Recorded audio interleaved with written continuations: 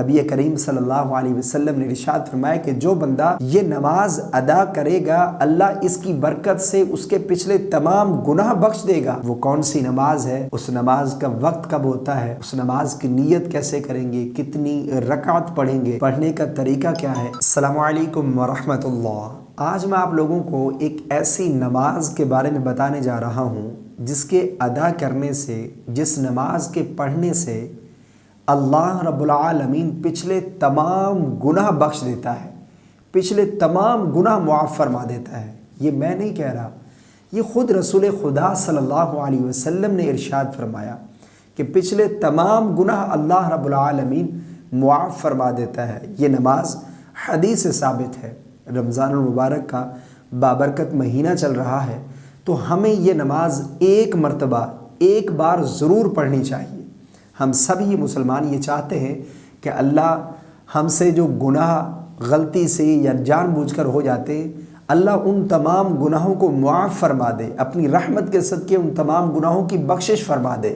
ہم سبھی یہ چاہتے ہیں، اور نبی کریم صلی اللہ علیہ وسلم نے ارشاد فرمایا کہ جو بندہ یہ نماز ادا کرے گا اللہ اس کی برکت سے اس کے پچھلے تمام گناہ بخش دے گا۔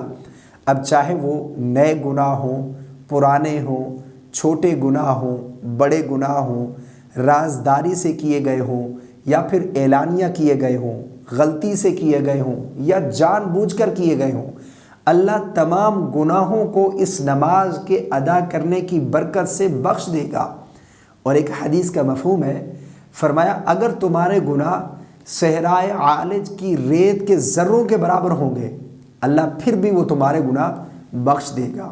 وہ کون سی نماز ہے، اس نماز کا وقت کب ہوتا ہے، اس نماز کی نیت کیسے کریں گے، کتنی رکعت پڑھیں گے، پڑھنے کا طریقہ کیا ہے، یہ تمام تر باتیں آج کی اس ویڈیو میں آپ لوگوں کے ساتھ شیئر کرنے جا رہا ہوں، جنہیں جان کر آپ کو اور مجھے انشاءاللہ عز و جل بہت زیادہ فائدہ حاصل ہوگا۔ سب سے پہلے یہ جان لیجئے کہ اس نماز کا وقت کب شروع ہوتا ہے اور کب تک رہتا ہے، یعنی یہ نماز ہم کس وقت ادا کر سکتے ہیں۔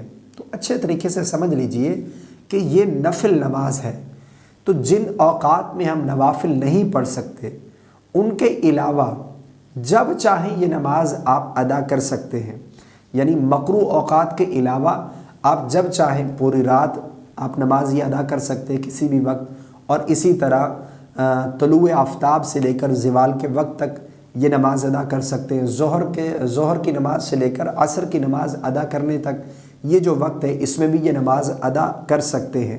تو جو مکروہ اوقات ہیں ان کے علاوہ جب چاہیں آپ یہ نماز پڑھ سکتے ہیں۔ دوسرے نمبر پر یہ نماز کتنی رکعت ہے، تو اچھے طریقے سے یہ بات بھی ذہن میں بٹھا لیں کہ یہ نماز 4 رکعت ادا کریں گے۔ یہ 4 رکعت ہم نے پڑھنی ہے۔ نیت کیسے کریں گے؟ نیت کا بالکل آسان طریقہ ہے۔ سب سے پہلے تو یہ بات کنفرم کر دوں یہاں پر کہ نیت جو ہے اصل دل کا پختہ ارادہ ہے۔ زبان سے نیت کے الفاظ ادا کر کے نیت کرنا چاہتے ہیں تو یہ بھی جائز ہے، مستحب ہے، کر سکتے ہیں۔ نیت کریں گے کہ میں نے نیت کی 4 رکعت نماز صلاۃ التسبیح کی واسطے اللہ تبارک و تعالیٰ کے۔ یہ تسبیح کی نماز ہے، یہ ہم جب چاہیں پڑھ سکتے ہیں ویسے تو، لیکن رمضان المبارک میں ایک نوافل کا اور عبادت کا جو ہے ذوق ہوتا ہے، تو اس نماز کو ہم نے ضرور ادا کرنا ہے، کیونکہ حدیث میں ہے کہ اگر طاقت ہے تو روزانہ پڑھو، ورنہ ہفتے میں ایک بار پڑھو، ورنہ مہینے میں ایک بار، ورنہ سال میں ایک مرتبہ، ورنہ زندگی میں ایک مرتبہ یہ نماز ضرور پڑھو۔ تو سال میں رمضان المبارک میں ایک مرتبہ یہ کم از کم نماز ہم نے ضرور پڑھنی ہے، کیونکہ اس نماز کی برکت بہت زیادہ ہے اور یہ حدیث سے ثابت ہے، اور خود رسول خدا صلی اللہ علیہ وسلم نے ارشاد فرمایا کہ پچھلے تمام گناہ اللہ بخش دے گا۔ تو اس نیت کرنے کے بعد تکبیر تحریمہ کہہ کر ثنا پڑھیں گے، اس کے بعد پھر 15 مرتبہ یہ تسبیح پڑھیں گے، سبحان اللہ والحمد للہ ولا الہ الا اللہ واللہ اکبر۔